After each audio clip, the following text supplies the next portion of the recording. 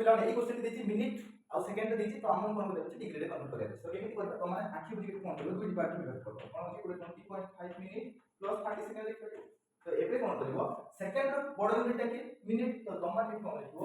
1 minute is equal to 60 second relation ला लिखो ठीक है। तो एठी तमे कोन करबो जोटा मिनिट रे अछि सेटा छाडी दबो तो एठी लिखो 60 सेकंड जेमे जेमे करदो ऊपर मिनिट रो चिन्ह बुझि पाइलो एठी हम लिख परिबा 20.5 मिनिट